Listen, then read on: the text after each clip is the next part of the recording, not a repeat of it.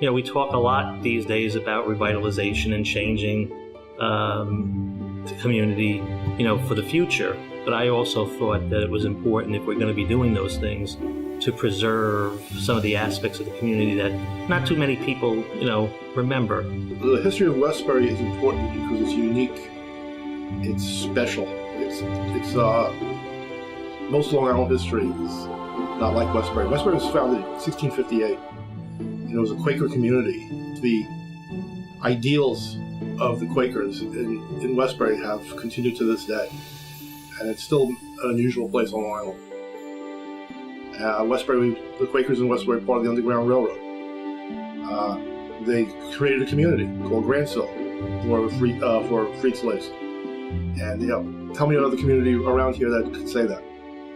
It is one of the earliest integrated communities in Long Island. Partly, again, a large measure because of the Quakers. The Quakers had slaves, but they then manumitted them, freed them early on before the Revolution. And those slaves stayed local and then formed their own independent community that was attached to the Quaker community. So when the first schools were established in Westbury, from the very foundations of public schools in Westbury, the classes have been multiracial. And then it occurred to me when I was there that other villages around, notably Huntington, has all of these signs that indicate the various places in Huntington that are essentially related to the Revolutionary War. I thought that Westbury's history was just as interesting, and it just dawned on me, like, why don't we have such markers? Why shouldn't people know about this? As you're walking along the street, getting off the bus, parking your car, you ought to know this. So with that idea in mind, I just talked to Mayor Cavallaro, and I said, why don't we have such signs? And he says, that's a good idea. Why don't you head up a committee?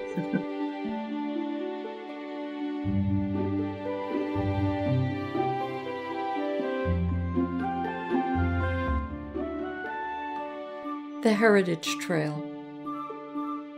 What do a 17th century ship, a Quaker farmer, a descendant of slaves, a playboy with wealth almost beyond comprehension, and a grieving widow have in common with a sewing machine?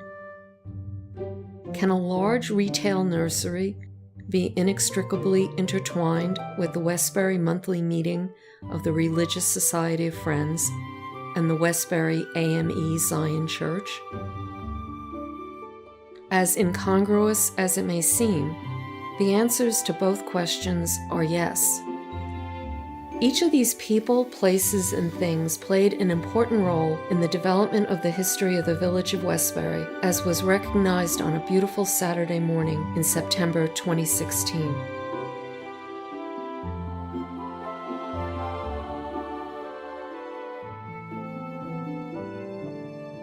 That day was the culmination of months of collaboration between the members of the Village Historic Landmark Preservation Committee, the Historical Society of the Westburys, and the Village Department of Public Works.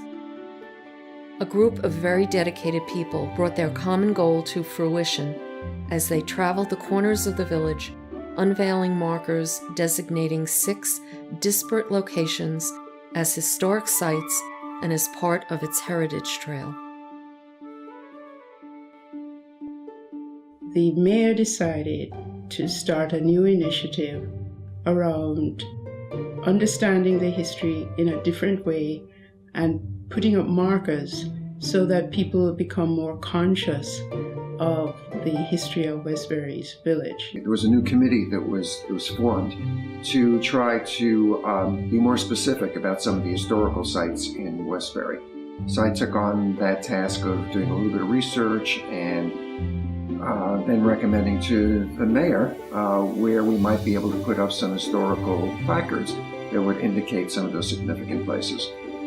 There's a member of the Westbury Historical Society on the commission, and he made his contribution and constantly was drawing on material from the Westbury Historical Society to aid the members on the history of different places in Westbury. We understood the history of Westbury. We identified places that have been known to be historic places. We had in-depth discussions about these places, and we vetted the information because with any historic place, there are different perspectives on that particular place. So we had to look at places that we felt had a very sound, solid set of facts behind its significance, so that there wouldn't be any question as to its historic importance. So with the collective wisdom of the input of the committee, I think that we've really come up with really interesting sites. I'm convinced that what we have is as accurate as an historian can make it on the site. You know, Westbury has a tremendous history, a long history, going back to the 1600s. So even though I grew up here, I wasn't always aware of all the different aspects of Westbury's history. You know, I obviously knew some aspects of the history, but through this process of trying to designate these historical markers that we engaged on last year, I learned a lot that I didn't know. And there's still, as every time we meet about these things and we talk about different locations, I learn new things. So even as somebody who's been a lifelong resident, I'm always learning something new about, you know, where Westbury came from, and that'll hopefully help us figure out where we want to go with it. The process had begun months before, when the Village Historic Landmark Preservation Committee of 7 began its initial work in creating a village heritage trail. The mayor says that we can produce them ourselves here in the village. The garage has the capacity to do this, so we did it. We had a couple of samples that the village created. I think the first one was green with yellow writing, and one was actually the original was they were thinking about having the same color as the state signs, the blue and golds, but they decided to have something different. So we used the colors of Westbury colors, which is green and yellow, and they thought that the yellow would stand out more than the green. The green would probably blend in with the trees in the background. So that was the reason for the colors. First, there was the planning, the designing, the crafting, the installation, and finally, on September 17, 2016, the first 6 signs were presented to the public. There's a lot of criteria for what makes something significant for designation. The age, the big part of it, longevity of something, what kind of an impact something had on the village, something that's like a clear landmark that everybody recognizes, things like that. Any marker that is put up in the village has to be vetted. It has to be, we have to discuss and understand that history enough to feel that there was a solid set of data to support it. In my mind, the most important thing is just undertaking the effort to preserve some of the history of Westbury, not necessarily the individual sites. But once we had our first couple of meetings with the Preservation Committee, they came up with probably 12.5 sites that were under consideration. And we felt that 5 or 6 initial designations was probably appropriate for the first set of markers that we wanted to put up. But there were other locations that I would not have thought of, and maybe most people in Westbury wouldn't have thought of. And that was really why the process was interesting and important, because we did come up with some sites that wouldn't have been the logical ones at first blush. Everybody just wanted to get this done, get it done right, and I think that we've accomplished that. Now, about that sewing machine.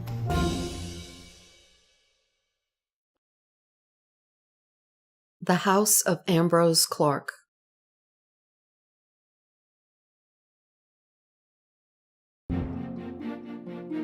In 1903, Frederick Ambrose Clark built a house on Post Avenue and what became known as Clark Street, what today we know as Rockland Street. Ambrose was the grandson of Edward Cabot Clark, a patent attorney and businessman who, with Isaac Merritt Singer, had founded the Singer Sewing Machine Company in 1851. The Singer sewing machine was the first that could be of practical use for the general public, and as the company became an international success, Edward Cabot Clark's wealth grew. He was a noted real estate developer, building before his death the Dakota on Central Park West in Manhattan.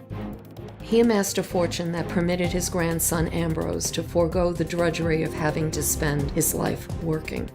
Instead, Ambrose Clark became, it was said, the quintessential equestrian sportsman of his generation.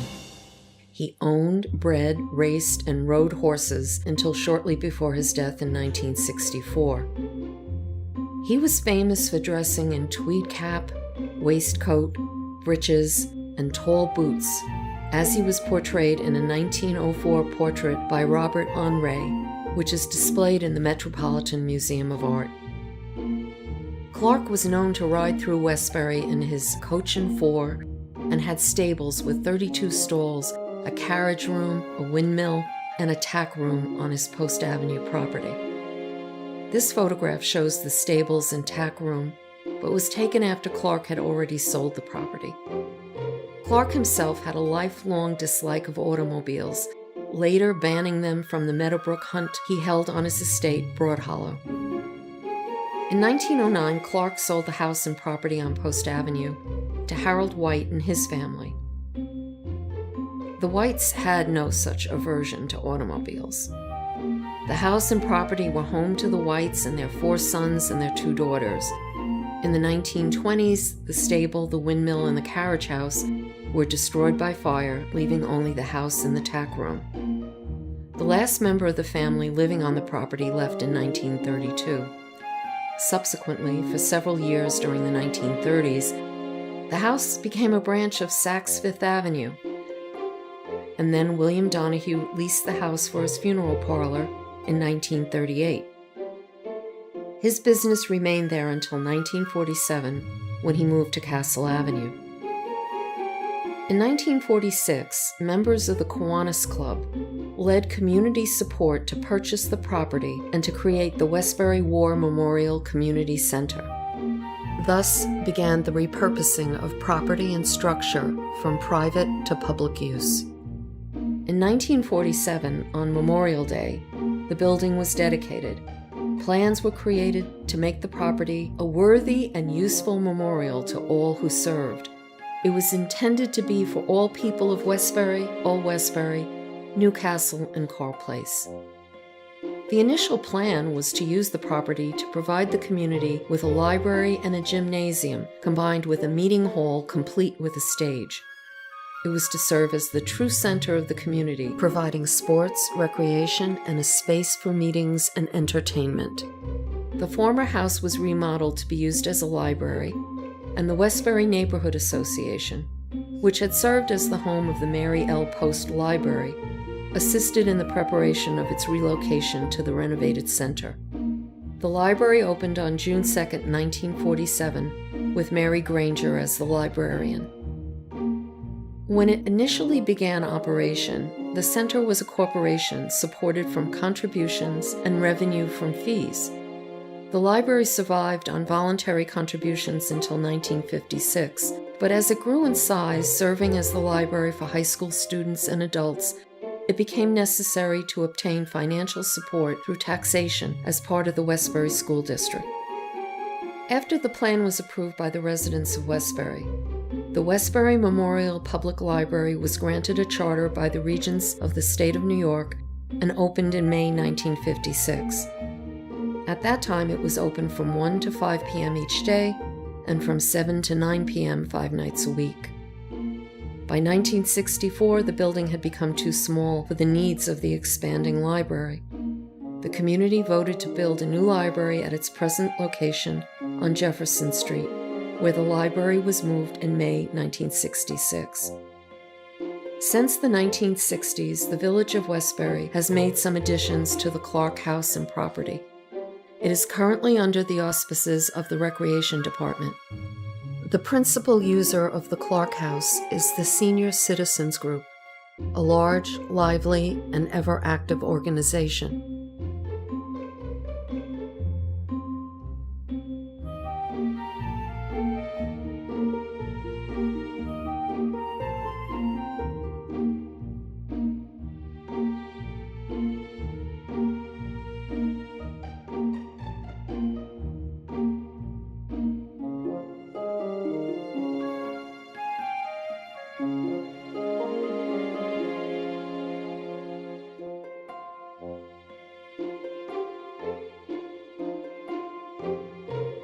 The remainder of the property provides the Recreation Department with the ability to offer a variety of services: a Little League field,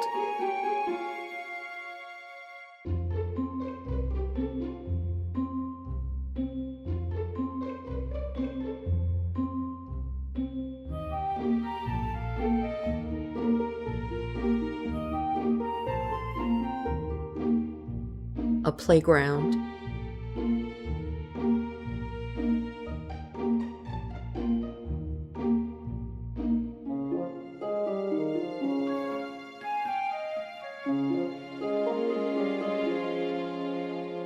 and an athletic center.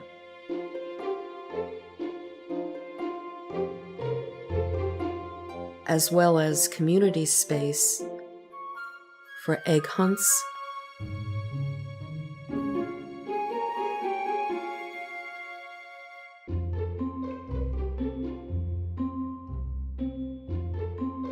Memorial Day events, open-air concerts,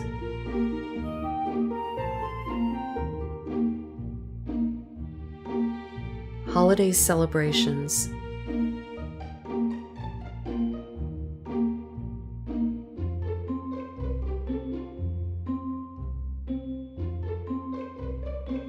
and Santa Claus coming to town.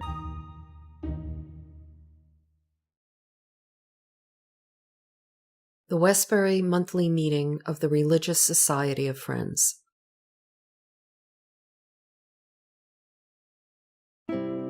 Once there was a well and a pump near the intersection of what is now Post Avenue and Jericho Turnpike, where travelers could get refreshment. Today, a rendering of that well and pump serves as the logo and symbol of the Historical Society of the Westburys.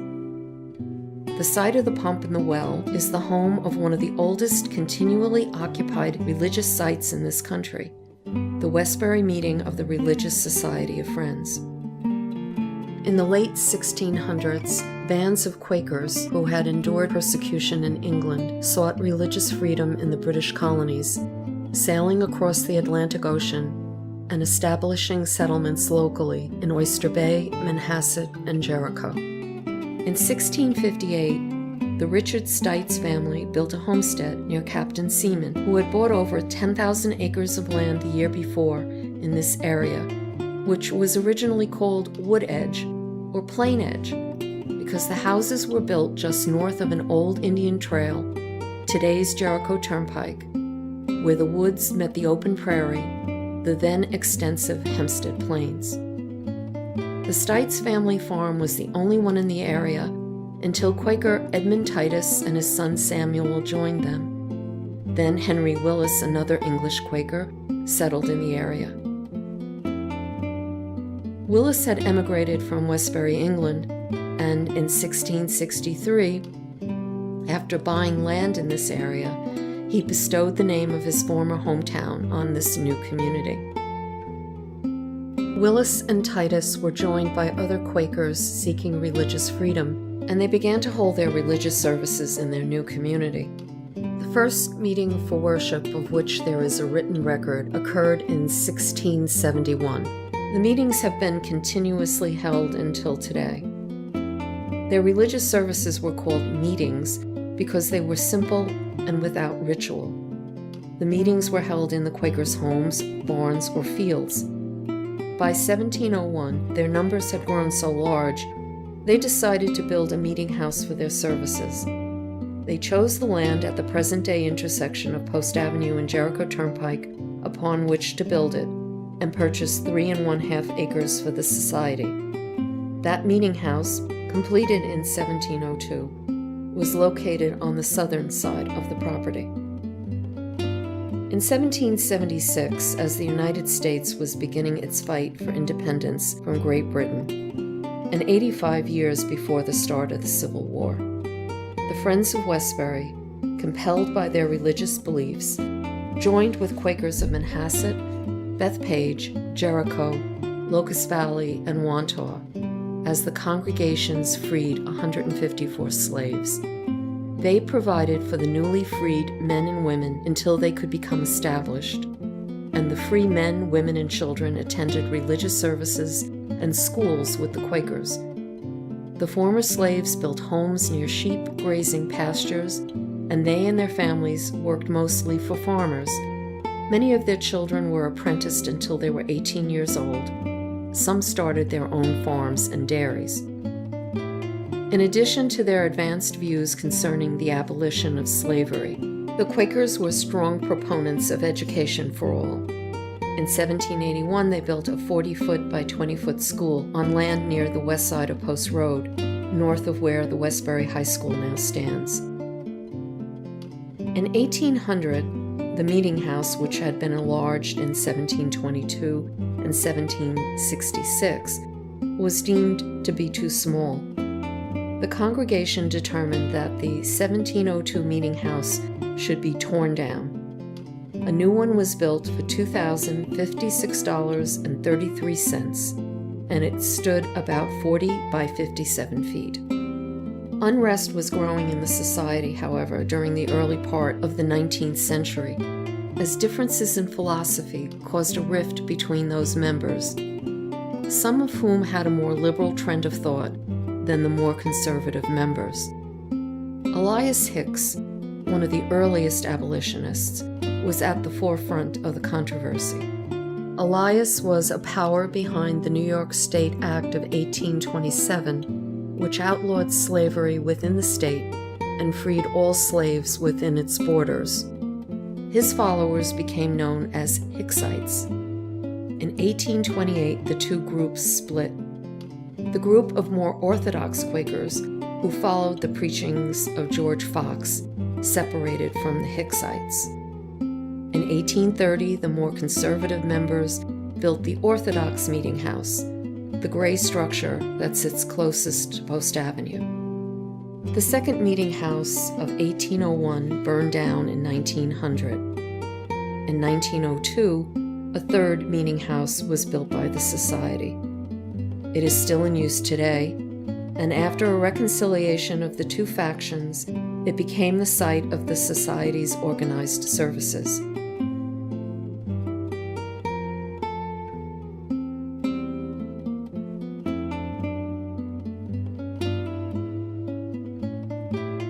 The 1830 Orthodox Meeting House is used today as a school, and today provides educational opportunities for nursery, pre-kindergarten, and kindergarten-age children up to the second grade. The National Wildlife Federation has designated the school grounds as a schoolyard habitat, an outdoor classroom where teachers and students learn how to attract and support local wildlife. Also on the grounds at the southern portion of the property is a cemetery known for its beautiful trees and shrubs. Many are buried there in unmarked graves dating from the settlement of Westbury. The cemetery is in use to this day.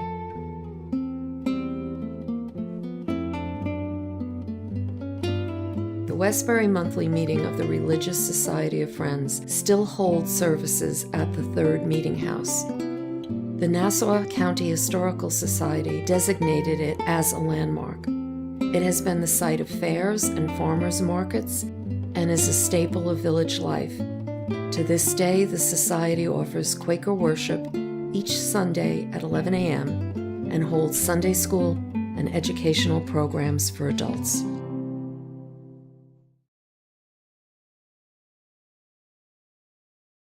Hicks Nurseries.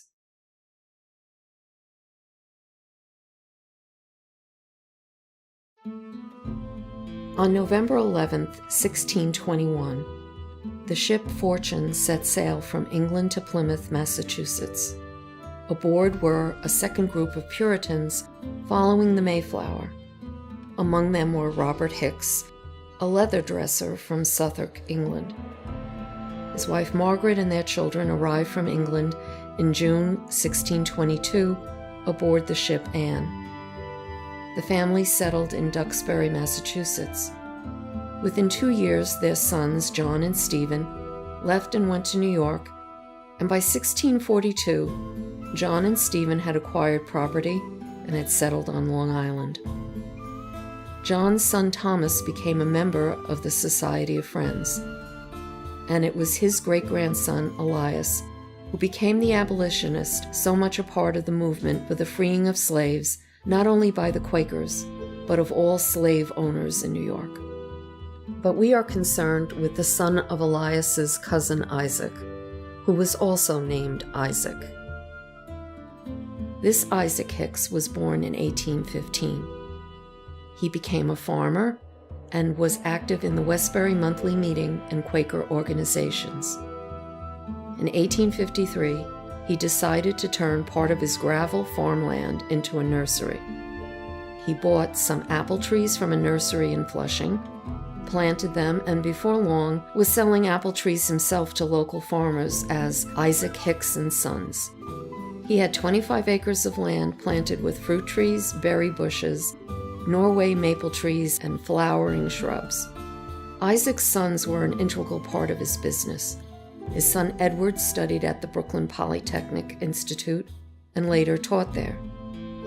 He invented and patented machinery that made it possible to remove large trees intact from the ground.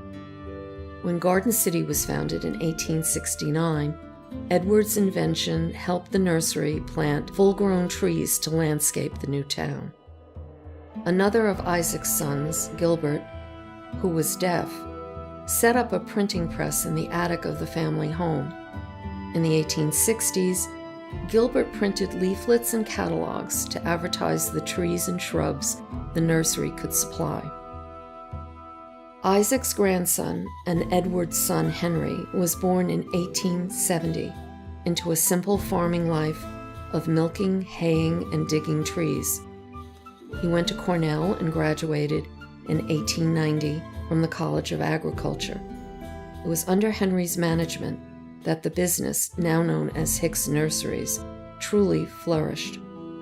Wealthy industrialists and merchants were building unimaginable estates along the Gold Coast of Long Island, and Henry knew that these wealthy estate owners wanted instant landscaping. They could not, as one of the Hicks catalogs said, wait a lifetime to enjoy the benefits of a tree. Edward's machinery had been refined. Joseph Wicke, a longtime manager of the nurseries, had developed new techniques for moving trees. Henry's knowledge of horticulture allowed them to protect the roots of the trees during the transplanting process. And so, Hicks Nurseries became the specialist in supplying full-grown trees to customers. The nursery would move enormous trees standing up to 60 feet tall and weighing as much as 30 tons, and the nursery was capable of doing it all year round. Teams of horses would be used to haul trucks in which the trees would be loaded.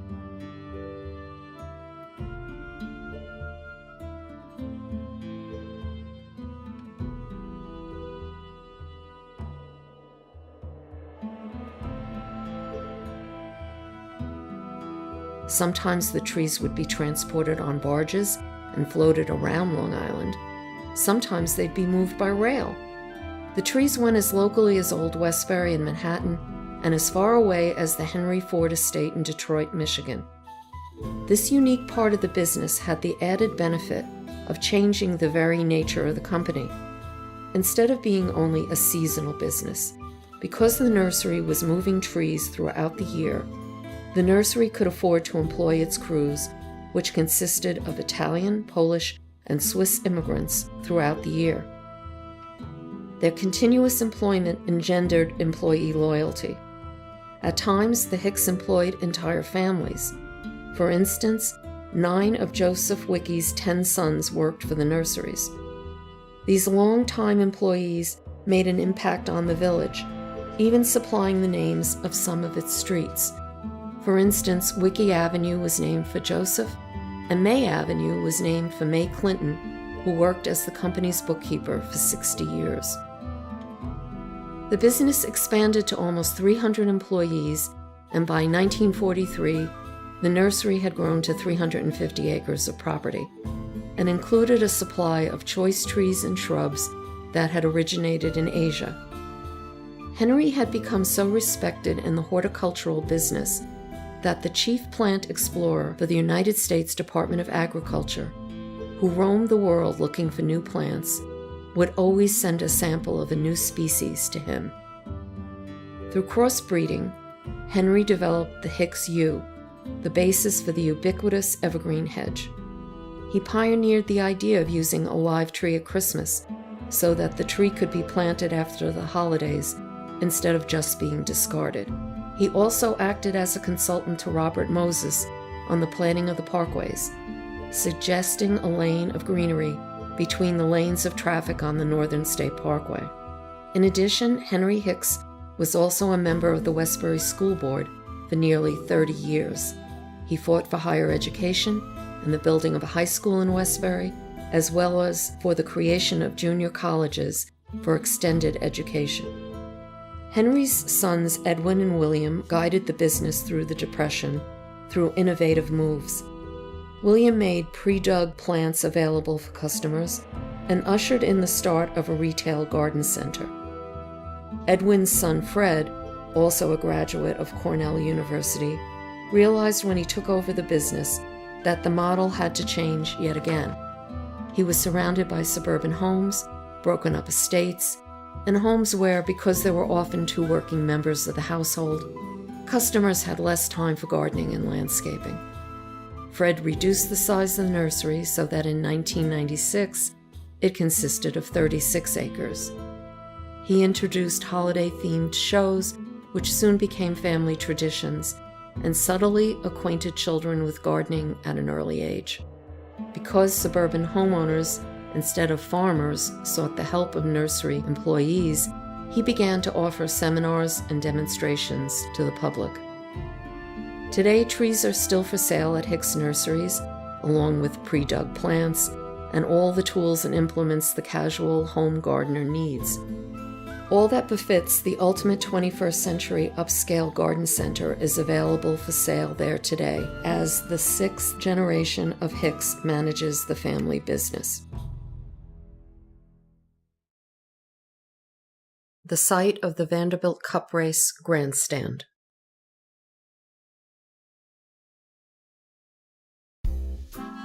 In October 1878, William Kissam Vanderbilt Jr. was born into an almost unimaginable life of wealth and privilege. He was raised in Vanderbilt mansions, traveled to Europe, and sailed the world in his family's yachts. He was a college dropout, leaving Harvard after 2 years, and he had a no-show job as a vice president of the New York Central Railroad. But he did have a specialty: sport. He was an accomplished sailor, he knew a lot about horses, and he was an expert automobile driver. Most importantly, he was addicted to speed. Supposedly, Willie K, as he was known, fell in love with speed after riding in a steam-powered tricycle in France in 1888. 10 years later, he owned a motorized tricycle, which he rode around Manhattan. Then he began to speed regularly in his automobiles between Manhattan and his parents' estate in Oakdale, Long Island. Known as a scorcher, Willie K outraged his neighbors and the police, who believed that the roads were for horses and pedestrians. In 1903, Willie K was participating in auto races in Europe, like the race from Paris to Madrid. In 1904, having acquired a Mercedes capable of reaching high speeds, he raced on the Daytona Beach road course, where he set a new land speed record of 92.30 miles per hour. Although he was only 26 in 1904, Willie K had his heart set on starting his very own race, the first international automobile race to be held in the United States.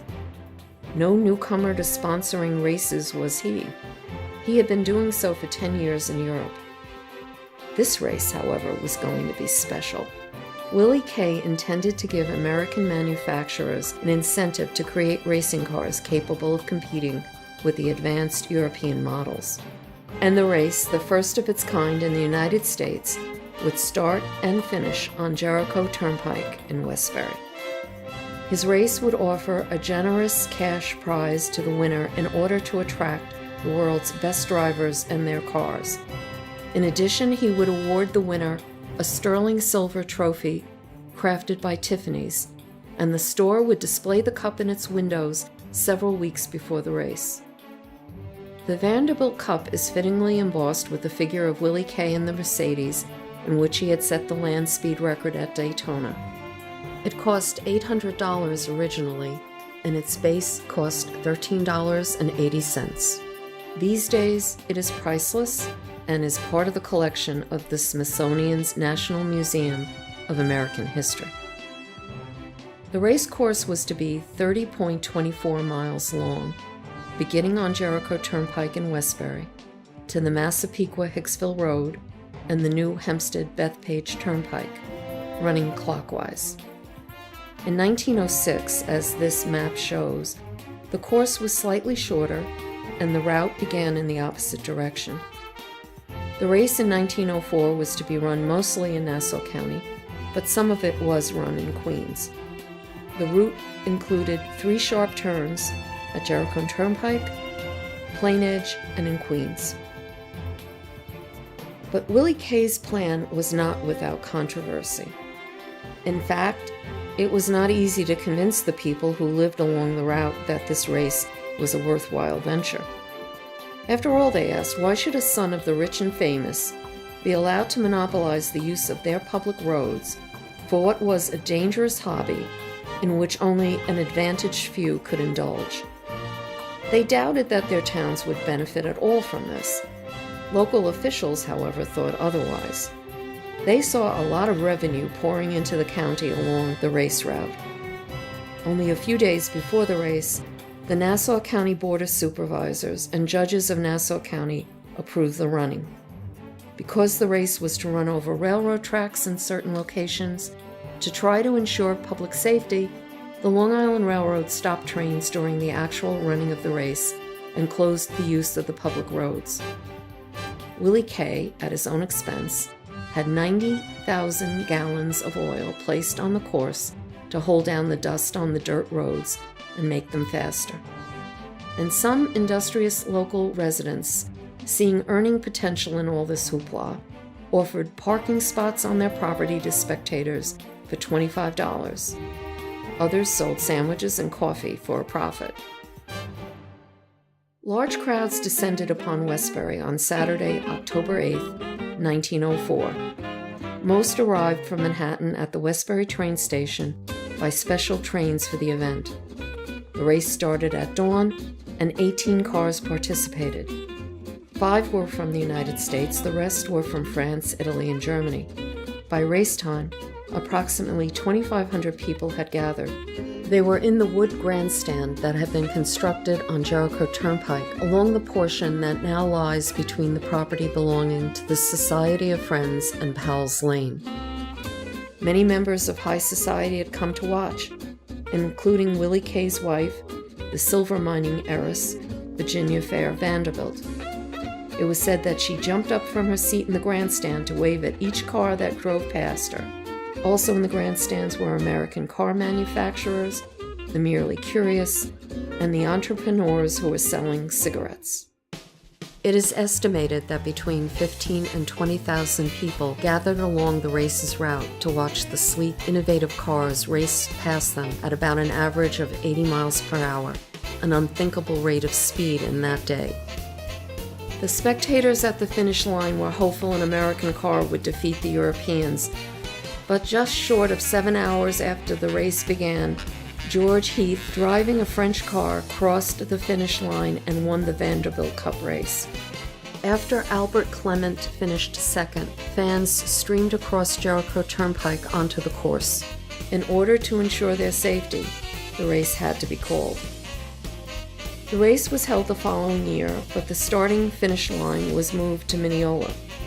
In 1906, the start and finish line returned to Westbury on Jericho Turnpike. After skipping 1907, the race was held again in 1908. That year, part of the race was held on paved roads, and an American car driven by 23-year-old George Robertson from Garden City won the beautiful Vanderbilt Cup. The race would be held on Long Island at different locations until 1910. Subsequently, the race would be held in other states, and after 1916, be held only 3 more times, in 1936, 1937, and 1960. When the first race had been held in 1904 in Westbury, it had caused a sensation. It had led to the advancement of the American automobile and the construction of the Long Island Motor Parkway, which was part toll road, part race course, and the forerunner of the state parkway system, without which suburbia could not grow. Willie Kay, one of the most prominent and visible proponent of automobiles, was among the original movers of it all. Today, books like that written by Vanderbilt Cup expert Howard Kroplik, and a website and a blog about the races, as well as exhibits at the Suffolk County Vanderbilt Museum and the 2017 New York International Auto Show, keep the memory of the race alive. It all started in 1904, right here on Jericho Turnpike. Children's Library Robert Bacon Memorial.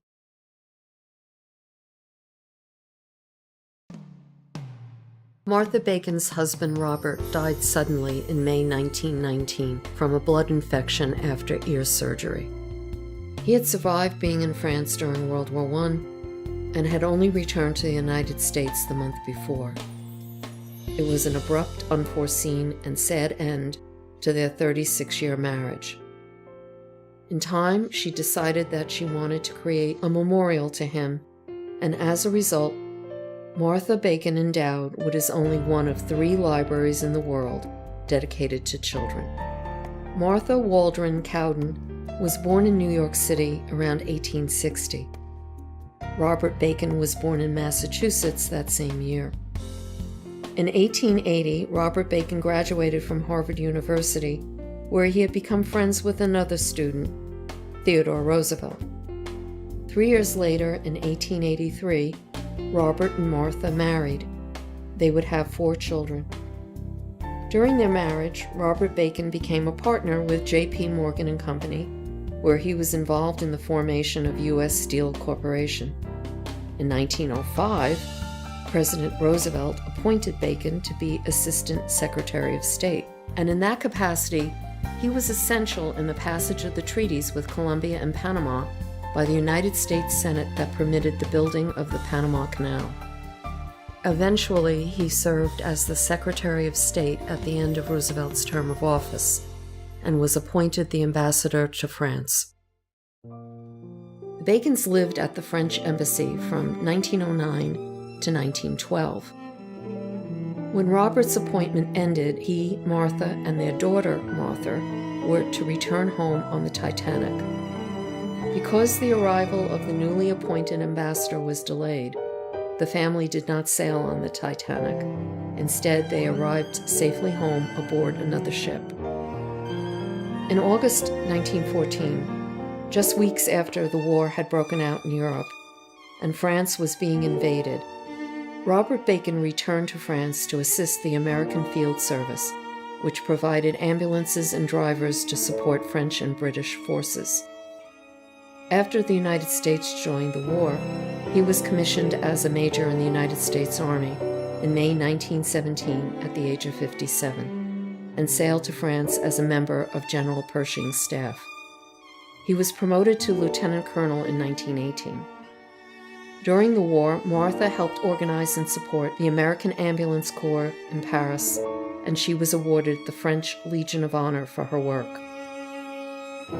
After Colonel Bacon's death, Martha was unsure how to honor him. Should she endow a museum, a library? While contemplating what to do, she consulted with Anne Carroll Moore, who was the supervisor of work with children in the New York Public Library. Moore had done innovative work at the Pratt Institute years earlier, where she had organized a children's room. At a time when children were excluded from libraries until the age of 14, Carroll created a space at the Pratt Institute that welcomed young children. It contained furniture of their own size, had open stacks and reading nooks. Carroll held story times, puppet shows, and summer programming. She arranged for there to be plenty of books of quality and she staffed it with librarians who were dedicated to working with children.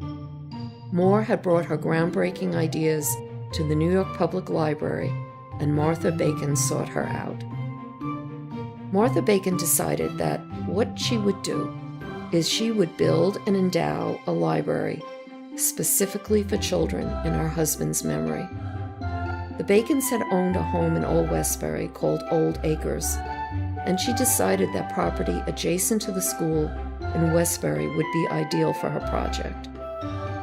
She consulted with Julian Peabody, a noted Manhattan architect who had designed the Westbury High School.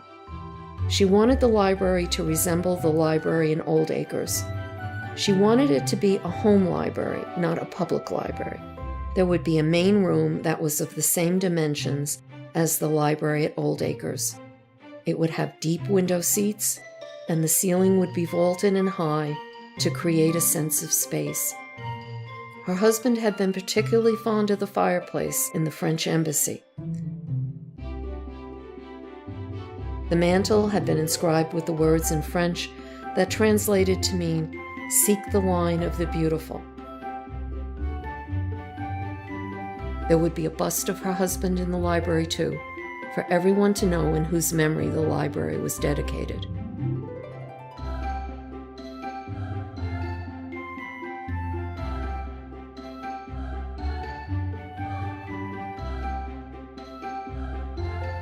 There would be oak tables and chairs of the right size for children, and the books would be on shelves that were reachable to them. Martha Bacon was intimately involved with the planning of the library. 2 huge mural maps would be on either side of the inner entrance door. One would be a map of Long Island depicting native birds and flowers, and the other of New England and Long Island. Mrs. Bacon designed them, and then she commissioned artist Stuart Travis to paint them. Mrs. Bacon was involved in choosing the trees and the shrubs that would surround the library: dogwood trees, flowering bushes, daffodils, and crocuses. She included a small pond and a bird sanctuary. And on the top of the library, there was a white cupola with a weather vane, on which there was a family of 5 metal owls, an image that would become associated with the library. Mrs. Bacon and Miss Carroll began to search for the librarian to run the library. They found Jacqueline Overton, who agreed to come for 6 months. She stayed for over 25 years. The original collection numbered about 2,500 books, selected by Mrs. Bacon with Miss Carroll's assistance. Over the years, Miss Overton grew the collection to 7,000 books.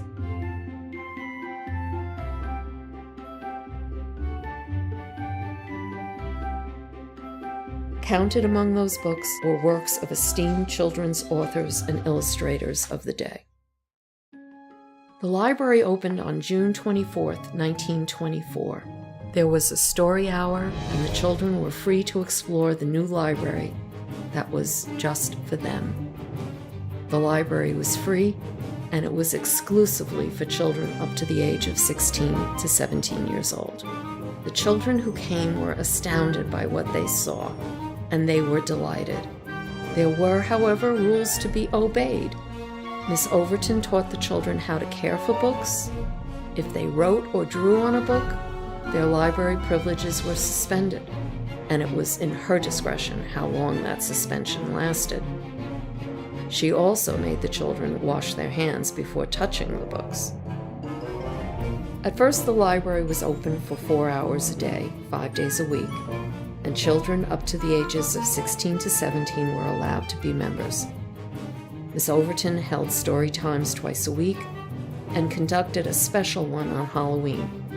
She would read ghost stories in the attic to about 60 children. The attic was decorated with jack-o'-lanterns, black cats, and witches on broomsticks. She also had productions like the one of Alice in Wonderland.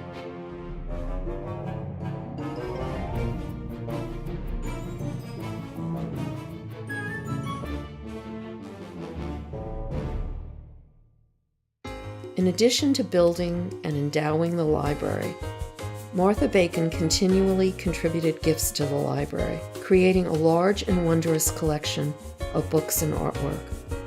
Among her gifts were Audubon prints, birds carved by Elmer Crowell, sketches and letters by Beatrix Potter,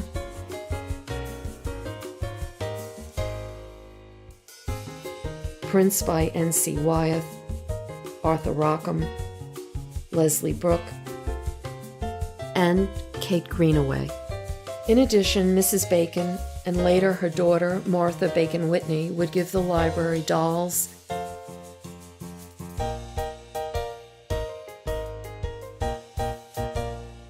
antique valentines, and postcards, and knights in shining armor. Visitors came from all over the world to see the cutting-edge library that Mrs. Bacon had built in her husband's memory. Mrs. Theodore Roosevelt, Mrs. Theodore Roosevelt Jr., the architect who built the library, Julian Peabody, and Elizabeth Grimble, who was a theatrical producer who helped establish the Cherry Lane Theater, as well as Ruth Sawyer Durand, an award-winning children's author, and the Crown Princess Louise of Sweden. Martha Bacon died at her home in Old Westbury in November 1940 at the age of 80. Her daughter, Martha Bacon Whitney, carried on her mother's oversight of the library. In 1950, Miss Overton retired, and the library closed for 6 months to find a replacement. In 1953, Elizabeth Miller became the third librarian to take over the children's library.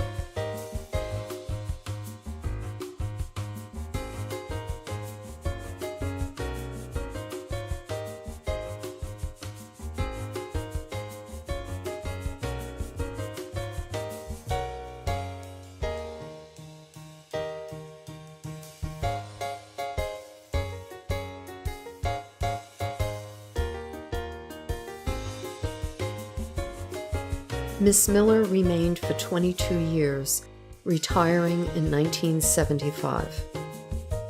Janet Collins succeeded her working there until 1984. Since then, others have worked at the Children's Library, leaving their own marks and impressions on the children who fall in love with it, as did those children who first entered on June 24, 1924.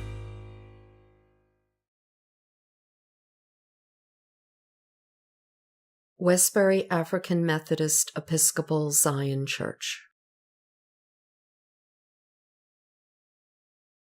Do you remember I mentioned at the beginning that there was a connection binding the Westbury monthly meeting of the Religious Society of Friends and Hicks Nursery to the Westbury AME Zion Church?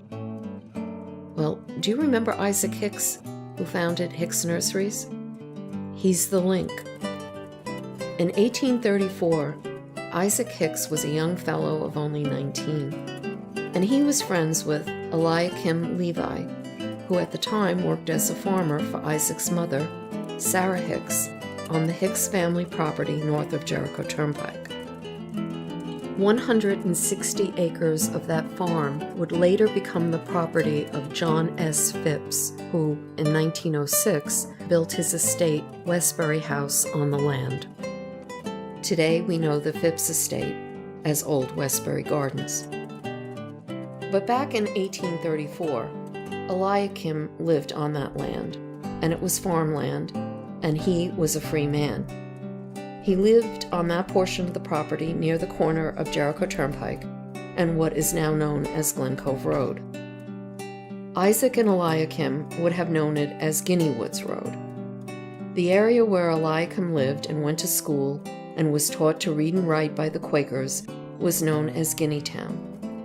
The origin of this name is disputed, There are theories that it is a reference to the guinea fowl, to the west coast of Africa,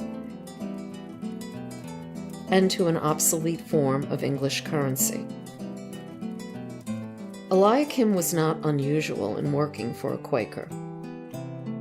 Although the Quakers had freed their slaves in 1776, in many instances the freed slaves and several generations of their descendants remained to work the farms of their former owners.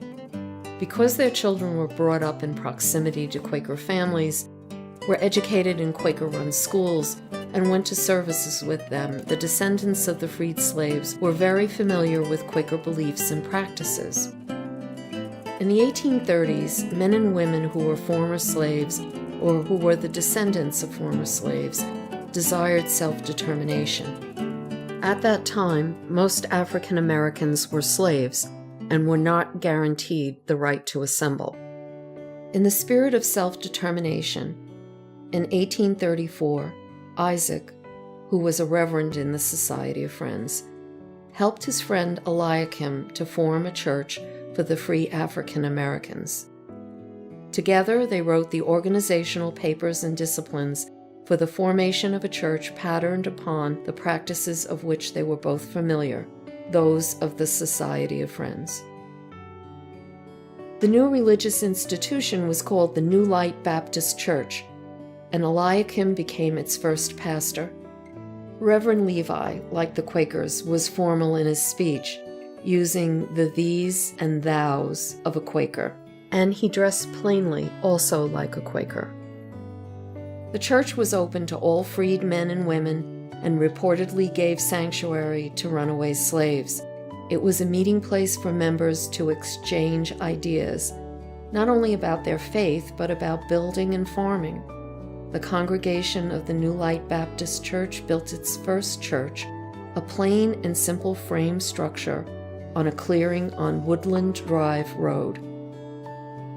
Many free African Americans had moved from the farms north of Jericho Turnpike to an area of Westbury known as Grantsville, where they owned their own homes and farms. That area was bounded by what is now Union Avenue, School Street, Grand Boulevard, and the Long Island Railroad. Despite having moved, they continued to go north of Jericho Turnpike to worship.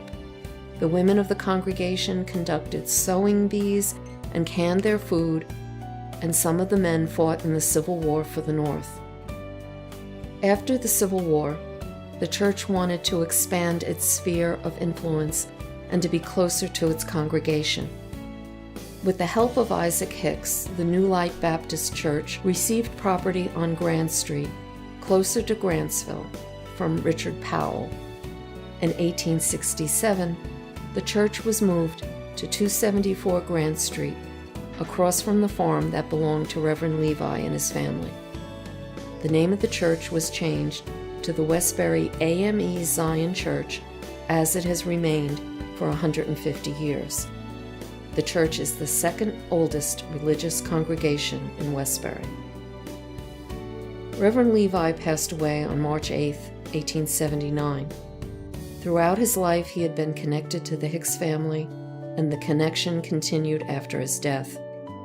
A grandson of Reverend Levi, Mr. Charles Levi, worked for the Hicks family for 50 years. Moreover, Isaac Hicks assumed Reverend Levi's work after his death, sharing it with the Reverend Peter Coster, who would walk from Wantagh to preach to the Westbury AME Zion Church congregation, while Reverend Coster walked long distances to the church. Mr. William Henry Jackson, who was the church's first organist, had a more encumbered trek. He had a far shorter distance to go from his home on School Street than Reverend Coster, but he would bring his organ with him from his home to the church for services. In 1884, Mr. Jackson presented a bell brought from Albany to the church. Unfortunately, only 3 years later, in 1887, there was a split among the congregation. Half left and started its own church, what is now known as the Bethel AME Church. In 1888, the congregation that remained in the Westbury AME Zion Church rebuilt the church and added a steeple. They then installed the bell Mr. Jackson had given to the congregation. About this time, an impressive preacher, the Reverend Pringle, came to the church. He was the influence behind the church becoming part of the Conference of the African Methodist Episcopal Zion Church. Throughout the years, the church has undergone its share of change. A parsonage was built in 1908 for the pastors. In 1911, the Reverend Duncan James took over as pastor, and during his tenure, the church enrollment grew as entire families became involved in church life. There were many clubs, including the Women's Home and Foreign Missionary Society, and social clubs like the Magnolia Club and the Silver Spray, a group for young people. The church held musicals and concerts and sponsored speakers. The church built the fence surrounding the property in the 1910s to protect the church and the cemetery. In 1918, an 8-year remodeling of the church commenced, and in 1921, the outside of the structure was changed to brick.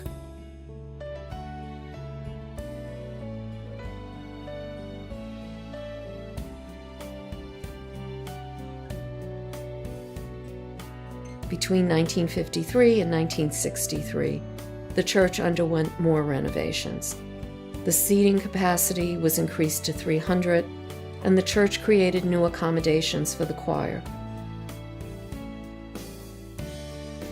By 1959, the turret was gone from the church, and the church was designated as a historical landmark in January 1994 by the village of Westbury. Since 2000, the Reverend Gregor Miles has been the pastor of the Westbury AME Zion Church. Today, there is a congregation of over 100 multi-generational members who worship regularly on Sunday mornings. The church offers Bible studies and conducts prayer meetings throughout the week. Under Reverend Miles' leadership, he has instituted improvements to both the interior and the exterior of the church and has implemented outreach projects in the community. The congregation hosts movie night and other recreational activities and conducts food drives and partners with other churches for community events such as the Kingdom Community Day.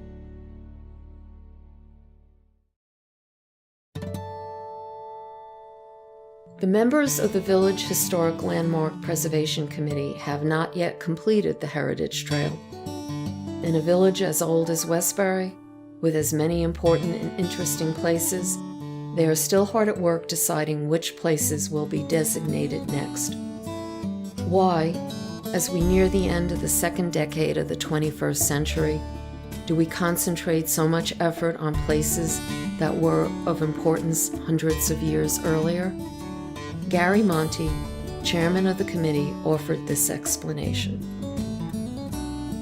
Sometimes you do things you don't realize the reason behind it. And I think a big part of this is that Westbury has really come into its own in the 21st century. And you can see that development. You see it in Westbury. You can't miss it. All this is going on, and we're stepping into the future. So if you step into the future, start thinking about the past. Inadvertently, I think. And then maybe that's why. So if we're going to think about where Westbury should go, let's find out where it was. Simple as that.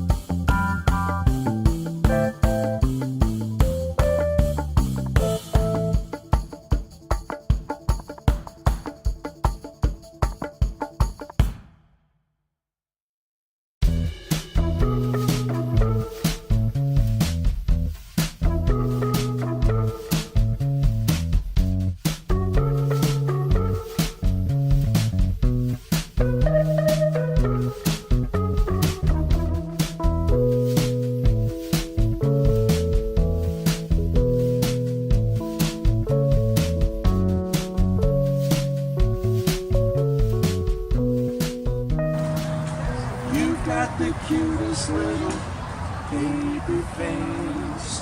There's not another one could take your place. Baby face, my poor heart is dumping. You should have started something, baby face. I'm up in heaven when I'm in your fond embrace. I didn't need a shout, 'cause I just fell in love with your pretty baby face. I didn't need a shout, 'cause I just fell. Yes, I guess I fell in love with your pretty baby. Love that pretty baby face.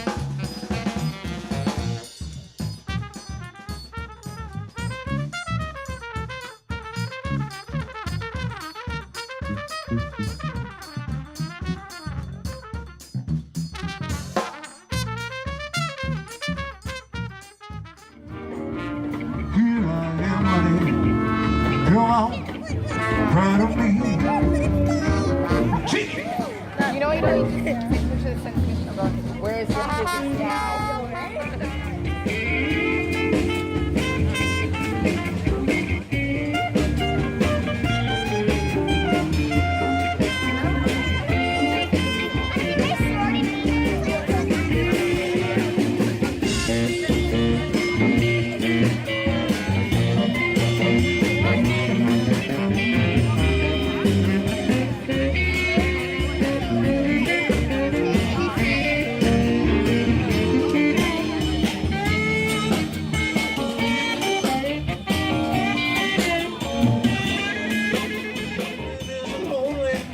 Just to waste the time, baby, baby, you don't have to